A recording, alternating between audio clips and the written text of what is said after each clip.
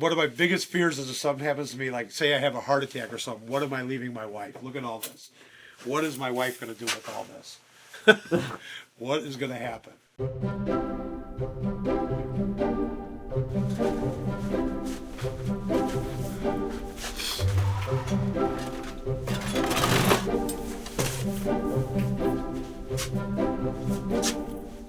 All right, hey, I'm Bill Cody. This is my shop, my clubhouse, if you will. I own WBOCody.com or Warrenville Arcade. Been doing coin-op collecting for probably a little bit over 20 years. I started with a piece here or there. Developed into this madhouse you see here. I don't know what else you want. The things that interest you.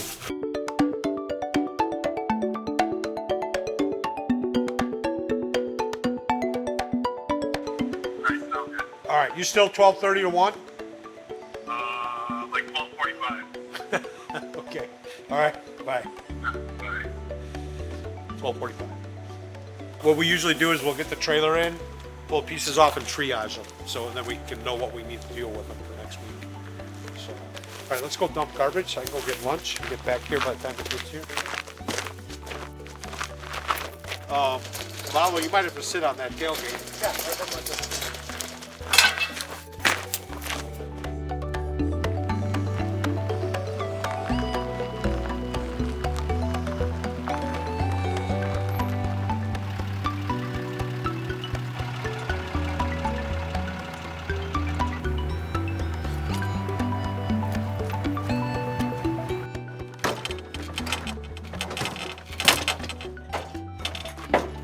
walk it forward and I'll tell you when to stop. Okay. Tip it back enough that you can do that. All right, just walk it forward, Lalo. Okay, hold on. Just get your side, I'll get my side. Okay. Good cut, it'll cut. There you go. Yeah. You're working. No possible way it was. Hub driver? They look like a half-inch bull. So you need a half-inch hot drive? Yeah.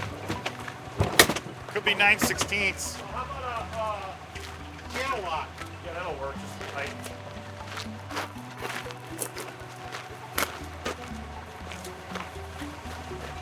Never know what you're gonna find. What is that? Mouse nest. The board's probably fried.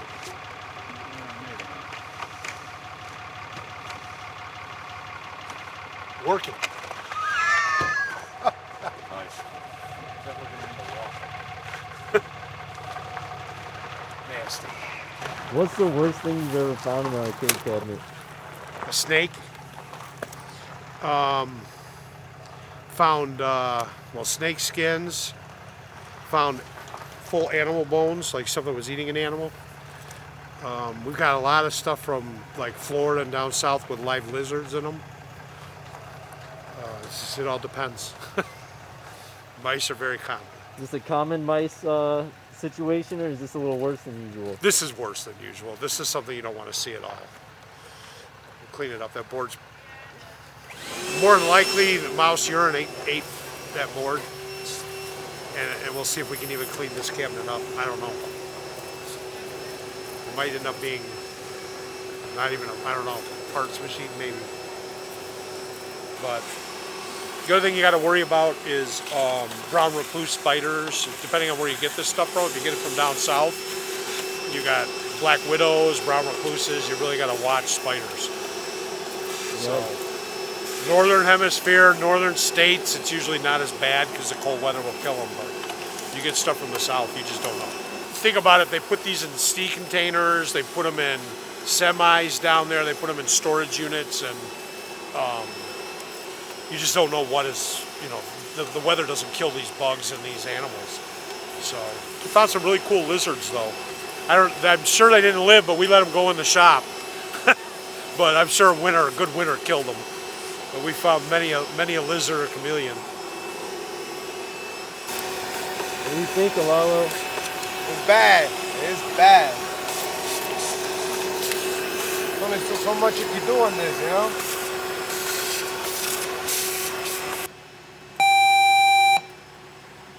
Mark, what's the worst thing you found in an arcade cabinet? Worst thing, it's got to just be dead rotting mice or other small animals. Pretty gross. Nothing like that smell. Once you smell it, you never forget it.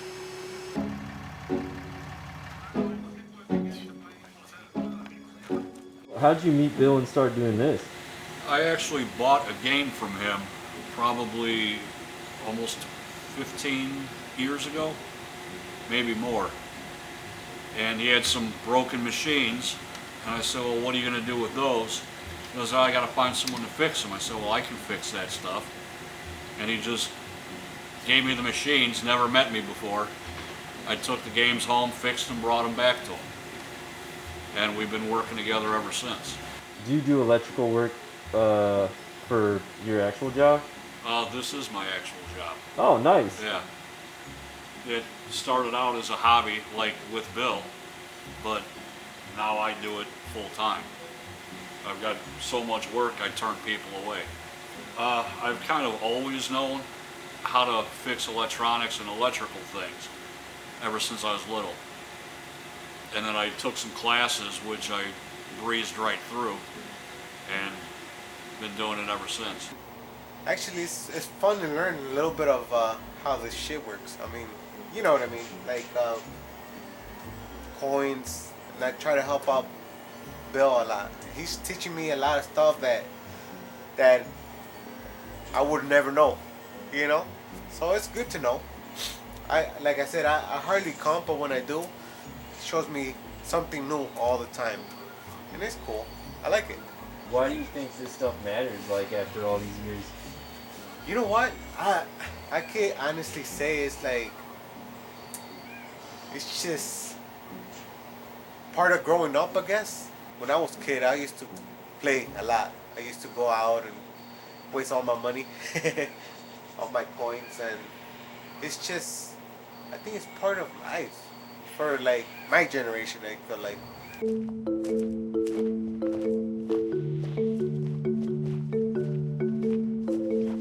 This is one of our overflow areas. I'd lie if I told you I knew what was in here, but it's one of our storage areas, and when we get too many pieces, we move them in here. So there's some pieces that have been in here for years, some of them for months. They're obviously all covered in dust because of the gravel out here, but a lot of jukeboxes. There's probably about 15 electromechanical puck bowlers back in here. Some dartboards. There's some pins. Over here, there's a couple of high-speed pins, Bad Cats. There's a bunch of sit-down drivers in there, the Hydro Thunder, Arctic Thunder, Rush 2049. There's some classic Space Invaders. A lot of projects, just not enough time in the day or the week to get in here and get everything going. Where do you find all this stuff? Operators, guys that have routes, have had routes for years, retired, going out of business, family wants nothing to do with it, or pass away. And we end up going there and buying out everything they got. A lot of collectors we buy from, but we buy in bulk, so it's not a one game here, one game there usually. It's usually somebody gives us a call and they want us to clear out a space like this, so we take everything. I know one day it's going to be me calling somebody to come take all this stuff, I'm sure. That day is coming, but yeah, it's not as prevalent as it used to be. There used to be a lot more out there. It's getting harder to find this stuff. So things like this are kind of a treasure. I mean, the whole thing started really with collecting beer signs back in the day, finishing out the basement and wanting to put some stuff in the bar. And that kind of started it. And it was just one piece, buy a couple pieces here or there. Then people come by and then offer to buy it from you. They want it. And then you start flipping. And that's what led to this. This is really buying one piece, keeping it for a while, selling it for a little profit, and it builds and builds and builds until you got 1,000 pieces. So it's a hobby that's gone bad. This is about 40 feet deep, probably another 20 feet wide. But when we first moved in here, this was massive to us. I could pull 2 trucks in here with 2 trailers, park them overnight, and leave them. Now, obviously, you can't do that, but slowly, progressively, we get more space and it fills instantly. We got a 30-foot sea container in the back that when we got it, we thought would help. It was filled within 2 weeks. Got a 30-foot storage down the street that's full, another 10 by 10 down the street that's full. Just every little inch of this place is full of stuff. How many games do you think you have in this unit? In this unit here, hard to tell. There's probably about 150, 200 games in this unit total, including pinballs and jukeboxes and shuffleboards and everything. How many games do you think you have total? Total at this venture, close to 500. At one point, we were running upwards of 1,000, but we've downsized a little bit, split up, and now probably about 500 pieces. It's crazy. It is. It is. There's pieces here in my lifetime I'll never get to, but it's the thrill of the hunt. So a lot of it in this hobby is finding those new games, those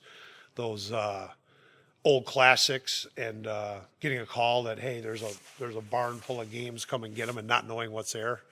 So you never know what's around the corner. And if you say no to a guy that calls you to pick up games and he finds somebody else, the next time he gets games, that's the first guy to get called. So part of it is the fear that if you turn something down, you don't get the second opportunity. So you end up with this. So this is our main space. The concept here was this is the area we work on games to get them ready to sell or put in collection. Obviously space is an issue, so this gets filled up fast. These games in here, this is the pre-finished stage, if you will. If we don't have games coming in and we got space, we'll bring stuff from the back up here, clean it, go through a deep clean on it, and then start getting into the circuit boards and everything else to make sure it's working. So in theory, this stuff in here is closer to reality of being ready to go than not. Different slot machines. Just about anything you could think of that takes coins, we have. Jukeboxes. These change weekly. We're going through jukeboxes. We can't seem to keep those right now. Old safe we got from an operator. This is again part of a bulk buy. The thing weighs about 2 tons. If we wanted the games, we had to take this. So now we got a safe made in 1870, which is kind of cool. It kind of fits. Every little nook and cranny in here has got something from that's coin op related or what. But you could spend weeks in here and not see everything and not notice everything, especially with how much stuff we got. So this here is our one of our workshop areas. This place tends to get filled up with stuff as we're working on a project, and we find we need parts, chips, boards, whatever. We'll set it to the side. We got the ultrasonic cleaner set up here. We're cleaning parts. We're working on boards, whatever. Working on jukebox motors, whatever we do, slot machines. So this is kind of the area where everything gets put together. There's also counterfeit 20 up there. I got handed a bunch of counterfeits one time. The cigarette machine, the one I sold today, when we got it in, it was loaded. That thing was loaded with cash. And hey, He was wondering, he has an Apple Watch. He got it on OfferUp, but it needs to be unlocked. Do you guys know how to do anything like that? an Apple Watch? Yeah. No. No? Nope, not our forte. He was just wondering. Yeah, no problem. So this is kind of we call it the showroom area. We get games working. We bring them in here. Not everything is for sale. A lot of it is, but some of the stuff's part of the collection. And then when we're here, we turn the lights on and kind of treat it like a little clubhouse. Everything in here too, you look everywhere, there's different artwork on the wall. Anything that'll take a quarter or a coin, to me, is what it's about. It's about coin op. It's all coin operated. So this area in here is part of my cabaret collection. I think I started collecting cabarets probably about 10, 15 years ago before anybody wanted them. These were like ugly stepchildren to arcade people. They wanted full size.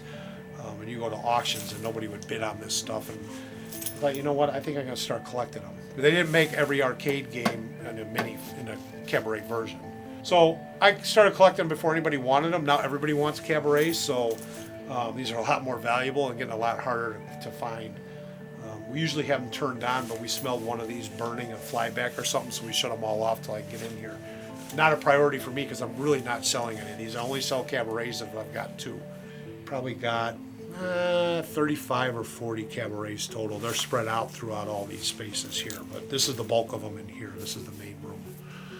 I can't explain it because I've been buying these since before anybody wanted them, and now you can't find them. If you can find them, they're really an arm and a leg to get. So one day I'll end up selling them. I'm not sure what that day is, but I get people that call me all the time. Are you ready? Are you ready? Not yet. Matter of fact, one of the McCaskies came through. They bought some games. I didn't know who they were. Who's the McCaskies? They own the Bears. Oh, really? Yeah, so they came here. They bought some Silver Strikes and Power Putts, and they wanted the Robotron in there, and I wouldn't sell. And they went out to their cars, and they came back in, and they said, "What would it take to buy them all?" I'm like, I'm not interested in selling my collection. And I ended up going to one of the guys' houses. It was their investment banker. He was with them, and he's the one who told me who they were. I didn't even know they were McCaskey. He said, "Look at the check he wrote you." I said, "You're right." He said that they were going to offer me like 40 grand for all these games in here. They're just going to buy me out. And if I didn't want to sell that, they wanted to buy everything so he could get his Robotron. Not going to happen. Damn. It's got a lot of catacombs in here, this place. They got a lot of hidden rooms. So we just keep renting a room here, a room there. This room is our parts room. When this became available, we thought we'd build shelves. This is going to be the saving grace for all the parts, and we fast outgrew this. So one day we're going to have to, if I ever decide to get out of this, I don't know what I'm going to do with all these parts. I really don't. If you had to name one thing about doing all this, what's like the one thing you really love the most?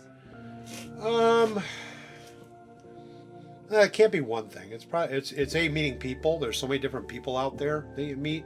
A, buying from, and B, people getting into the hobby, right? The people that come here remember this as a kid, and just had forgotten about it, right? Because it's not a path they cross, and they come across me on the internet or through word of mouth, and then to see their excitement, and still the thrill of the hunt. The excitement of a new find, a warehouse with stuff and not knowing what's around the corner, what's beyond the next door.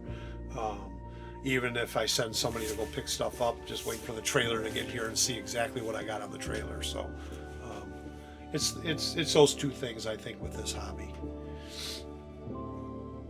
One of these days, I keep saying it, we're going to be the old guy that we're going to right now to buy stuff from. We're going to be in those shoes. We're going to be the old guy that's trying to sell this stuff to some young guy, take it all off our hands. And is that market still going to be here? God only knows.